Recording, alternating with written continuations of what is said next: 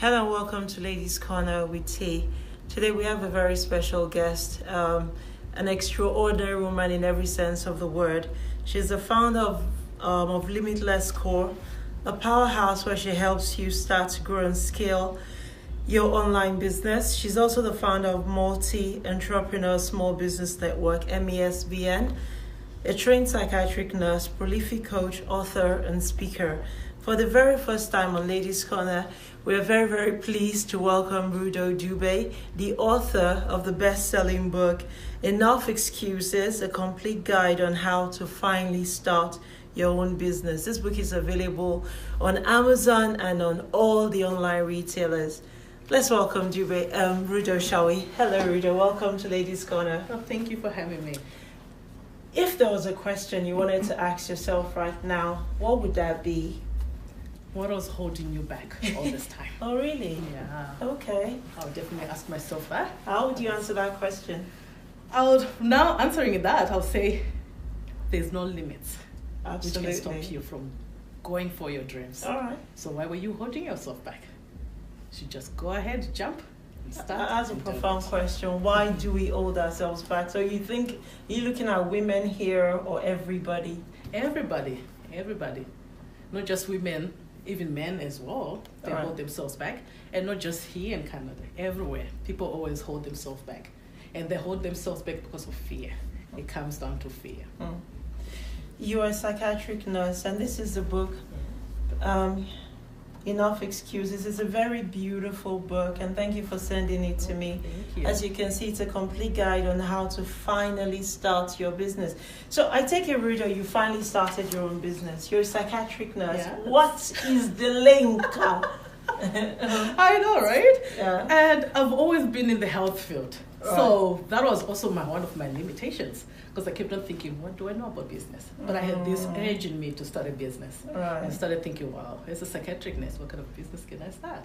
Okay. And questioning all those things. So you followed all the rules, all the steps, all the guides in this book. Yeah. This was your own personal journey. Yes. So I was sharing that because I thought about it. I'm like, hey, if I was struggling with this, someone there is also struggling with that. And wanted to help them to realize, to say, hey, don't hold yourself back. You can actually start. Now, I did a course research on Amazon before coming here, and there are millions of books, literally millions of books like this to help you start your own business. Why another one? So with this one, the difference is it goes into more the fears, the limitations, the mindset. And there are so many business books out there, as you mentioned. But not every book is written by me. Go, sister. There you go. Absolutely. Go. Yeah, so yeah. Alone, I use that as not to hold myself back. Because that can hold yourself back, because you'll be thinking there's so much books out there. Yeah, that's exactly right. Exactly. Yeah. So you need to just get over that and do it. You are unique. Yeah. Not everyone is going to like everyone, so you're going to have your own people who's going to like your approach. Right. So go ahead. So are you talking to black women here? Are you talking to women in the Middle East, women in Mogadishu? Yeah. Where is your market? Everywhere. All right. The whole world. That's you. why Amazon is not limited to just one area, right? So no matter where you are, you can have access to it. Okay, so we want to talk, we're still talking about this book, and I'm just really curious, how did you get interested or be involved? Did it start as a hobby for you, the journey into entrepreneurship? It kind of started with the urge to want to start a business, but at the same time, I was still a little bit scared to do it. So I thought, hey, let me just start it as a side business, as a little hobby, see how I do, right? Yeah. Test it out. And then when I started it, I thought, oh, this can actually be fun. Business can actually be fun. So I actually end up taking it more seriously. Okay. And the more I took it more seriously and seeing how much, everyone else is looking and say, oh, I'm surprised you're doing this, right? Yeah. I'm so I didn't know how popular you were on social media till I started to look into you. Am I popular? Yeah. Well, no, I mean, your people are looking into this. Your books, I mean, how did you feel? Number one bestseller. You posted that. Number one bestseller, y'all. That was such an amazing feeling. Did you expect that? No, not at all. Did you pay Amazon to make that happen? I did the promotion, right, to get it out there, right? So you gave it for free. Was that what you did? Yeah, I did that for promotion to just get people to feel the book, right? Because I want to help as much people as I can to sort of to know about the book, to know about me as well. Yeah. So I thought, hey, let me just do it. And at first I was like, oh. Yeah, I thought it was really ridiculous giving away, for free, right? Yeah, and it's good quality as well. Exactly, the content is really impressive. I dare say you've done a really good job. Well done. So it came as no surprise to you then? Well, not really, because I did marketing as I knew. Okay. Because that was one of my areas. I love marketing with online business, so I kind of knew how to do that. So okay. I was really... Okay, so let's talk about the writing process. What was the easiest and the most difficult part of this process? I think the easiest was to write about the excuses. Because I related so much to those. Because some of those excuses were the ones I struggled with.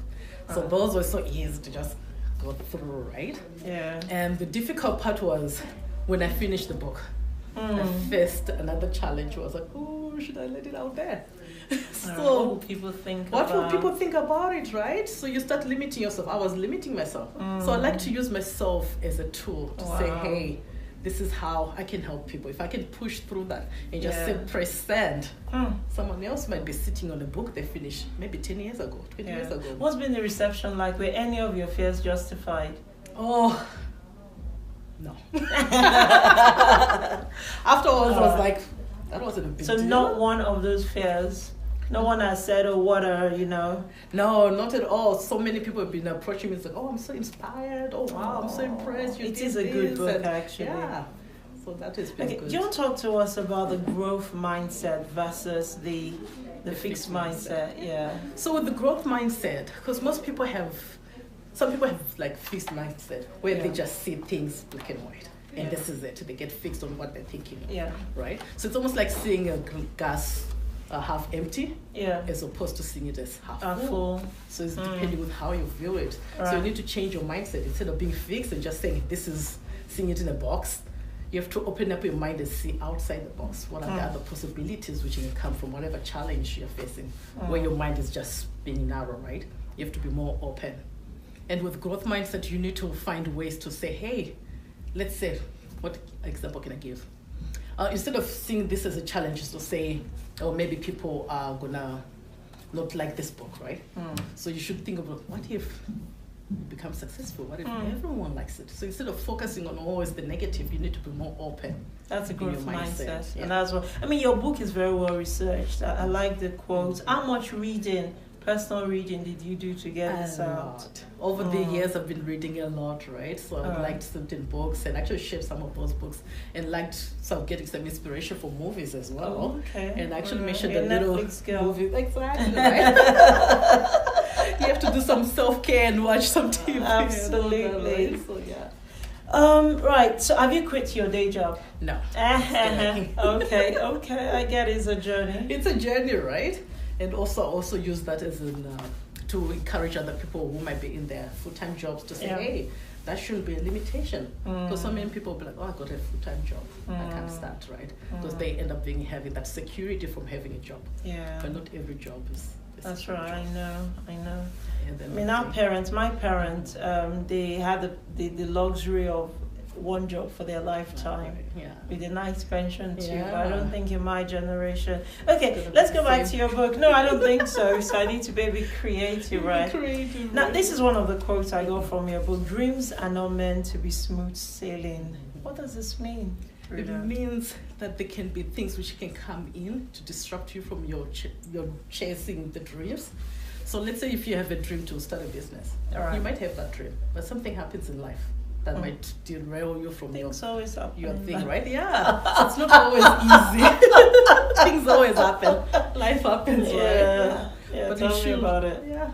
As long as that thing happens in your life, you should let it stop you. All right. So let's talk to, I know you're a single mom, you have 2 boys. That didn't stop you. No. So what pushes you? What's the fire? Well, those little 2 boys I have, right? I want them to look and say, hey, Mom, this this is what she has done, right? Amen. All right, Then, that's important. Yeah, in the future, when they're grown, when they're adventuring into their own careers or business, whatever, right? They'll be like, if my mom can do this as a single mom, absolutely, I can do. as well, right? Okay, so while still talking about dreams, what is your dream? What is the dream? Is it to make your first million by time you're 21? 21. Way past A girl does not say her age. I know, right? Forever 16. Forever 21. What's the dream? My dream is not for the million, because million nowadays with inflation. You don't think that's possible? It's possible to get it, but I'm not saying it's not my dream. Okay, that's my dream is fine. to more inspire people to go for their dreams, to chase them. If I can just inspire one person to actually start their business, I've achieved. Okay, so you're a coach. Do you just do online businesses or just any business or all businesses? Mainly online businesses. Okay. Right?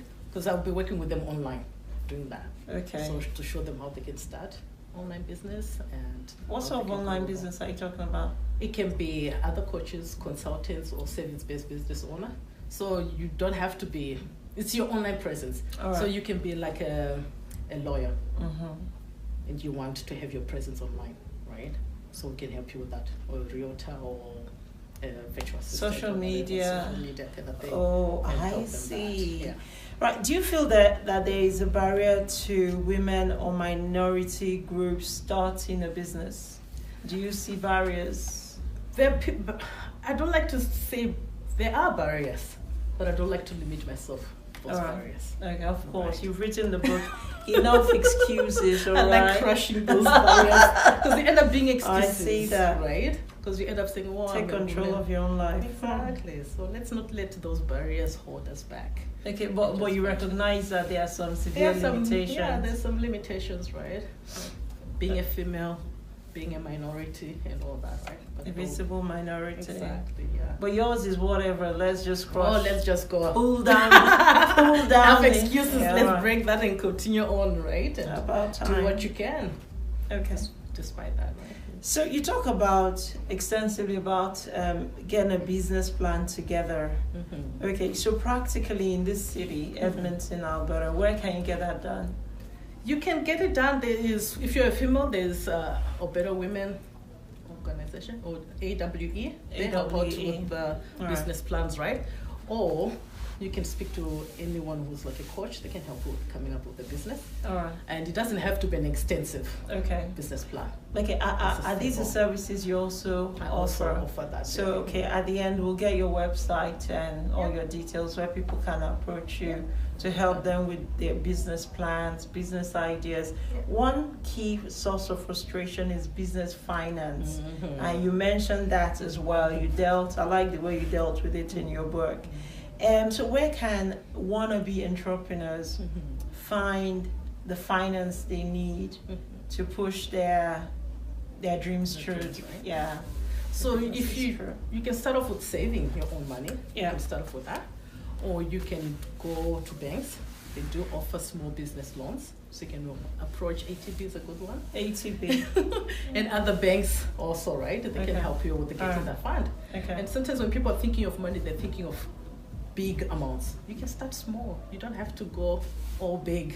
Okay. That's what they end up limiting them. So if I wanted to start a studio, have my own ladies' corner studio, eh? There you go. You're making me dream now. Dream bigger. Have my own little studio and be, Purple Princess there. Definitely. So I go to ATB amongst other places, and then what? They say no. What next? Well, when you approach them, you have to come up with a plan. Say no. So you have to come up with a plan. You can't just approach them. All right. I'm sorry. Because that's one thing, actually. We might be laughing, but there are people who just approach banks and I want money. Without a proper plan to say, what are you planning to do with your money? You need a plan to show them, to say, hey, because most of the time when you have a plan, a good plan. That's right. Yeah, okay. They usually say yes. Absolutely. Yeah. Okay. And if they say no, there are also some crowdfunding places we can go and. All right. So people need to buy your book to get ideas of and you do give us, ideas. it's there. I'm not gonna let the cat out of the. All right. So why should people buy your book? They should hold your book and give us 3 reasons why I'm gonna part with $16.99 to buy that book. If you're ready to put your excuses to the side, right, you should grab this book. And if you're ready to start your business, you should grab this book. If you're ready to say enough is enough, I deserve the life I want to live, absolutely, and I'm ready, get this book. Okay, there you have it, ladies and gentlemen. It is Rudo Dube, the author of the Amazon best-selling book, Enough is Enough. Well done, my sister. I hope your book moves. And thank you very much for coming. Well, thank you so much for having me here. Oh, yeah, sorry, are we still on? Oh, thank you. Sorry, what is the best part? Leave us with a quote or something nice from your book. The best quote I like is the one from Nelson Mandela, where he say, don't live small, don't limit yourself, don't stop playing small, and chase your dreams. So I love that. Okay. So you should limit yourself, don't stop playing small. Don't stop playing small. There you have it. See ya. Thank you.